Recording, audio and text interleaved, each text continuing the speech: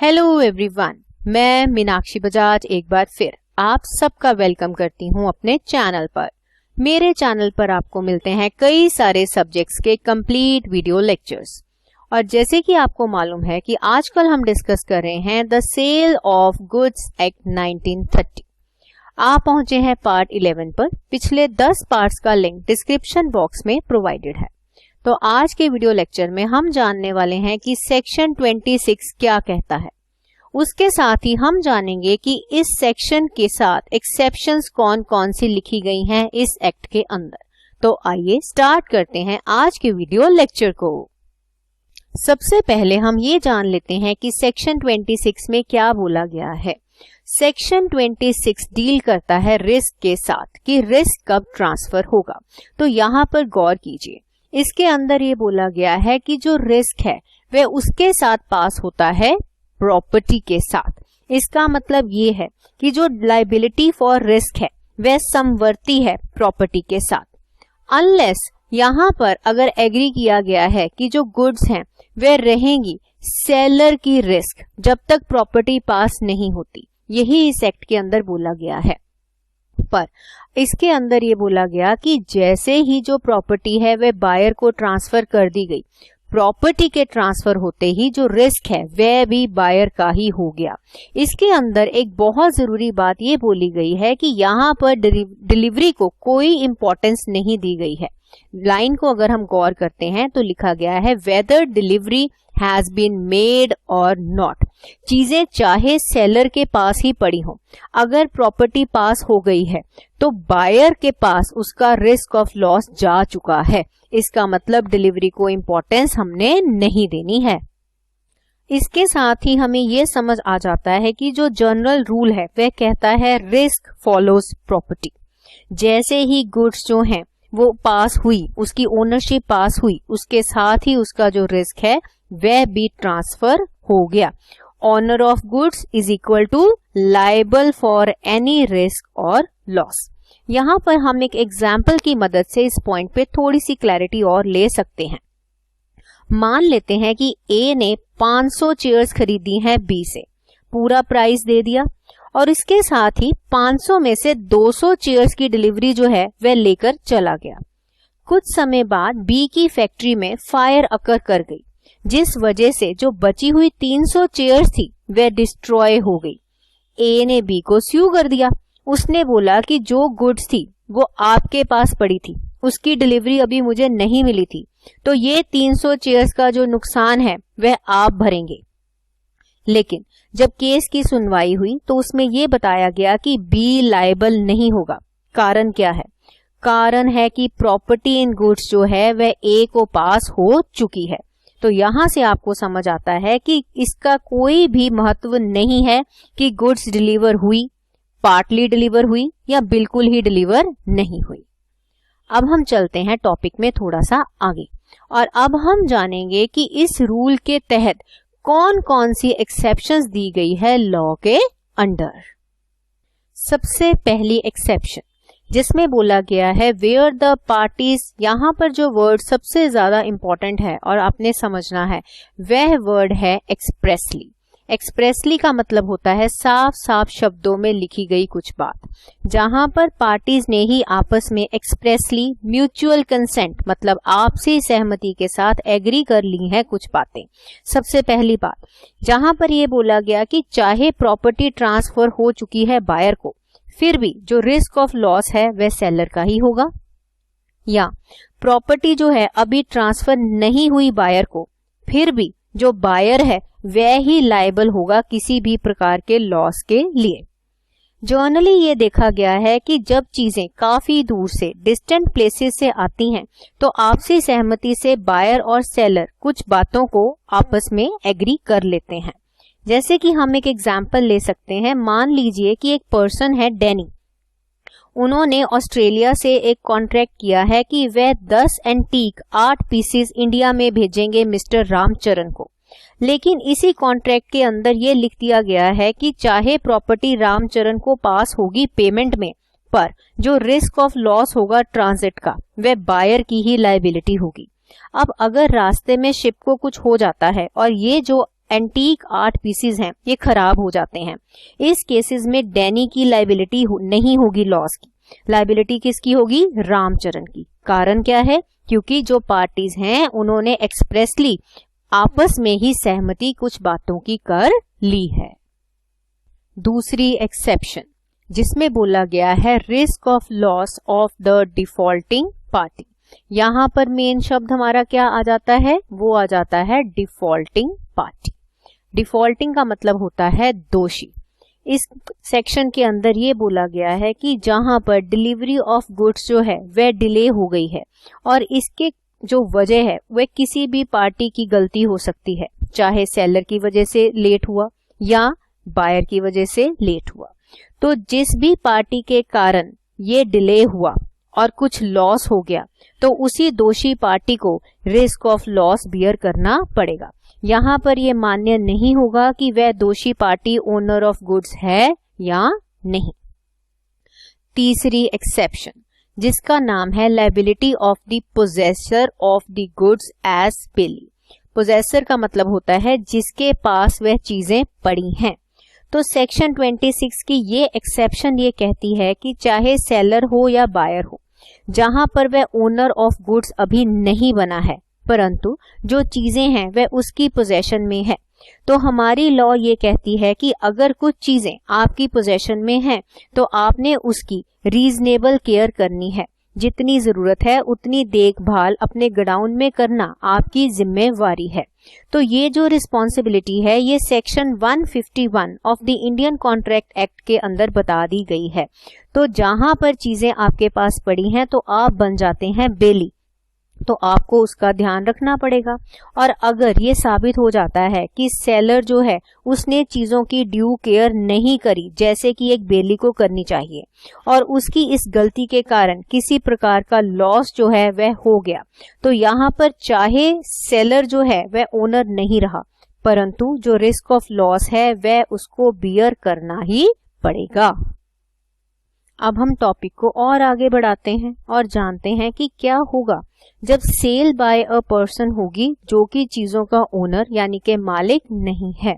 अभी तक मैंने आपको जितना एक्ट पढ़ाया है उसके अंदर मैंने ये बोला है कि प्रॉपर्टी सिर्फ और सिर्फ तभी पास होती है अगर उसे owner of the goods transfer करता है, सिर्फ उसी के पास ये हक है कि वह ये काम कर पाए। इसका मतलब ये है कि अगर कहीं पर जो चीजें हैं वह बेची गई हैं उस पर्सन के द्वारा जो उन चीजों का सही मालिक नहीं है, उस केस में काम बहुत ही खराब हो जाएगा। तो पॉइंट है कि जहां पर जिस इंसान ने चीजें बेची वह उसका मालिक नहीं था, या जब उसने चीजें बेची तो उसने जो मालिक था उससे किसी प्रकार का कंसेंट मतलब सहमति नहीं ली। इसका मतलब ये है कि जिस बायर ने उन चीजों को एक्वायर करा है तो उसके पास भी अच्छा यानी कि बेटर टाइटल नहीं आएगा। जैसे कि उसके सेलर का टाइटल डिफेक्टिव था, उसका भी जो टाइटल है वह भी डिफेक्टिव ही होगा।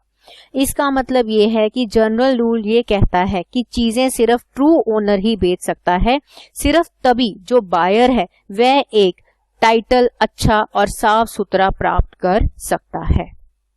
अब हमारी लॉ के अंदर ये जो पॉइंट है इसकी भी कुछ एक्सेप्शंस बना दी हैं, तो आइए देखते हैं कि इस केस में क्या क्या एक्सेप्शंस हैं जो कि इस टॉपिक को मान्यता देती हैं। मान्यता तो तभी मिलेगी अगर जो सेलर है वह अपने कंडक्ट के द्वारा इस चीज को ये साबित कर देता है कि जो भी पर्सन चीजों को बेच रहा है वह पर्सन बिल्कुल सही ओनर है। यहाँ पर वर्ड लिखा है कि उसका कंडक्ट मतलब उसके व्यवहार से इस चीज के ऊपर किसी प्रकार की रोक नहीं लगती कि जो दूसरा इंसान है वो ओनर नहीं है। यहाँ पर हम एक एग्जाम्पल की मदद से इस टॉपिक को समझ सकते हैं। मान लीजिए दो लोग आपस में बात कर रहे हैं, उनमें से एक कहता है कि ये जो सामने टेबल पड़ा है इसका मालिक मैं हूं। अब असल में वह उसका मालिक नहीं है, जो वहां पर जो तीसरा इंसान खड़ा है वह उसका मालिक है, परंतु वह उस समय इस बात को नहीं काटता और चुपचाप सारी बात सुनता ही रहता है। तो उस टेबल की यहाँ पर सेल हो जाती है। तो बाद में वह इंसान जाके उस बात को नहीं काट पाएगा। यहाँ पर जिस पर्सन ने उसको बेचा वह सही टाइटल को बायर को ट्रांसफर कर देगा। इस टॉपिक को बोला गया है sale by implied authority of the owner of title by estoppel. इसके अलावा 4 और एक्सेप्शंस हैं जो कि आपको स्लाइड में दिखाई दे रही हैं, वो भी सेक्शंस के साथ। अब चलिए सबसे पहले हम सेक्शन 27 की जो एक्सेप्शन है उसे समझ लेते हैं। इस पॉइंट के अंदर ये बोला गया है कि जहां पर जो मर्केंटाइल एजेंट है वह चीजों के मालिक की सहमति के साथ अपना कंडक्ट कर रहा है। दूसरी बात, उसके पास जो चीजें हैं उसकी पोजेशन, मतलब वहां पर उसके पास फिजिकली वह चीजें मौजूद हैं, या उसके पास उन चीजों के डॉक्यूमेंट ऑफ टाइटल जो हैं वह मौजूद हैं। और ये जो कंडक्ट वह कर रहा है ये ऑर्डिनरी कोर्स ऑफ बिजनेस, यानी आम तौर पे यह काम वह करता ही है। उसके बाद जो बायर है वह भी गुड फेथ में सर्व सहमति के साथ उस काम को कर रहा है। बायर के पास किसी भी प्रकार की नॉलेज नहीं है कि जो एजेंट है उसके पास अथॉरिटी टू सेल नहीं है। तो जहां पर इनमें से कोई बात होती है उस केस में जो मर्केंटाइल एजेंट के द्वारा सेल की गई है वह बिल्कुल सही मानी जाएगी, मतलब उसे बोला जाएगा एक वैलिड सेल। और जो बायर होगा उसे बेटर टाइटल मिलेगा गुड्स का, जो कि ऑब्जेक्शनेबल नहीं होगा। सेक्शन 28, जहां पर एक चीज के कई सारे ओनर्स हैं, इसका मतलब उस चीज के हैं जॉइंट ओनर्स। तो जॉइंट ओनर्स के केस में भी कुछ एक पॉइंट्स बोले गए हैं, जहां पर इतने सारे जॉइंट ओनर्स में से किसी एक ओनर के पास उन चीजों की पोजीशन है और वह जो ओनर है वह दूसरों की सहमति के साथ इस काम को कर रहा है। यहाँ पर वर्ड लिखा है ऑल, मतलब सब ओनर्स की सहमति के साथ। और जो बायर है वह भी गुड फेथ में अपने काम को अंजाम दे रहा है और बायर को किसी भी प्रकार की नॉलेज नहीं है इस डिफेक्टिव टाइटल की।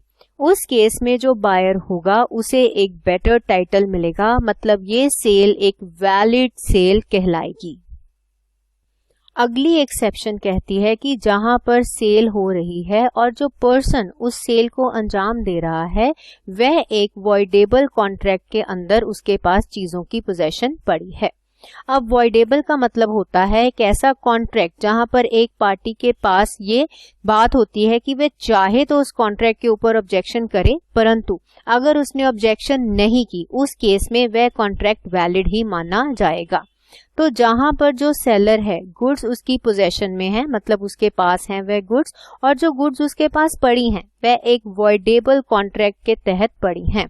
और जैसे कि मैंने आपको बताया कि यहाँ पर किसी ने ऑब्जेक्शन नहीं करी है, मतलब उस कॉन्ट्रैक्ट को अभी रिसाइन नहीं किया गया है। जो बायर है, मतलब खरीदने वाला इंसान है, वह गुड फेथ में कंडक्ट कर रहा है और उसे किसी भी प्रकार की नॉलेज नहीं है कि जो एजेंट है उसके पास अथॉरिटी टू सेल जो है वह नहीं है। उस केस में अगर ये चारों पॉइंट्स वैलिड हो जाते हैं तो जो सेल है वह बिल्कुल मान्य होगी और जो बायर है उसके पास एक बेटर टाइटल ही आएगा। अब हम डिस्कस करेंगे चौथी एक्सेप्शन जो कि है सेक्शन 30 के तहत, जिसके अंदर बोला गया है सेलर और buyer in possession after sale. अब यहाँ पर पॉइंट ये कहता है कि अगर एक ऐसा सेलर है जिसके पास अभी भी चीजों की पोजेशन है, मतलब उसी के पास पड़ी हैं वह चीजें, चाहे वह चीजें बिक चुकी हैं, उस केस में इस प्रकार का सेलर अगर उन चीजों को दोबारा बेच देता है, यहाँ पर पॉइंट क्या है, with consent of the other party. Other का मतलब यहाँ पर बायर है कि जो बायर है वह कहता है ठीक है आप इन चीजों को किसी और को बेच दीजिए। इसका मतलब नया बायर आएगा और चीजें उसे बिकेंगी, और जो नया बायर है उसे किसी भी प्रकार की नॉलेज नहीं है कि ये जो सेलर है इसके पास अथॉरिटी टू सेल नहीं है। नया बायर जो है वह गुड फेथ में एक्ट कर रहा है। उस केस में अगर ये पांचों पॉइंट्स जो हैं ये मान्य हो जाते हैं तो जो सेल हुई है वह सेल एक वैलिड सेल कहलाएगी। चाहे वह ओनर जो है, सेलर जो है, वह चीजों को पहले किसी को बेच चुका है, परंतु यहाँ पर किसी भी प्रकार की ऑब्जेक्शन नहीं होगी और ये न्यू बायर जो है ये एक साफ सुथरा टाइटल प्राप्त कर लेगा। अब जैसे सेलर किसी और को बेच सकता है, वैसे ही जो बायर है वह भी किसी और को बेच सकता है। तो इस एक्सेप्शन के अंदर बोला गया है कि जहां पर सेल की जा रही है बायर के द्वारा, जिस बायर के पास चीजों की पोजेशन है लेकिन अभी बाइंग कंप्लीट नहीं हुई है, तो जहां पर एक पर्सन जिसने कई चीजों को खरीदा है या अभी एग्रीमेंट ही हुआ है कि फ्यूचर में वह इन चीजों को खरीद लेगा, और वह इंसान सेलर से कंसेंट ले लेता है और उसके पास पोजेशन ऑफ गुड्स भी है, अगर पोजेशन नहीं है तो उसके पास कागज हैं जो उस चीजों के मालिकाना हक को दर्शाते हैं, उस केस में जो बायर है वह किसी थर्ड पार्टी को उन चीजों को बेच सकता है। कंडीशन यहाँ पर यही है कि जो तीसरी पार्टी है वह गुड फेथ में कंडक्ट कर रही है और उसे किसी प्रकार की जानकारी नहीं है कि ये जो टाइटल है ये डिफेक्टिव है। इस केस में जो नया बायर है जो कि थर्ड पार्टी बन रहा है, उसे एक क्लियर टाइटल मिलेगा और ये सेल एक साफ सुथरी और वैलिड सेल मानी जाएगी। इसके साथ ही हमारा आज का टॉपिक कंप्लीट हुआ। अगले वीडियो लेक्चर में हम जानेंगे कि डिलीवरी का मतलब क्या होता है, कितने मोड्स हैं डिलीवरी के और कितने रूल्स हैं उसके रिगार्डिंग। तब तक आप जुड़े रहिए मेरे चैनल के साथ, हम मिलने वाले हैं बहुत जल्द।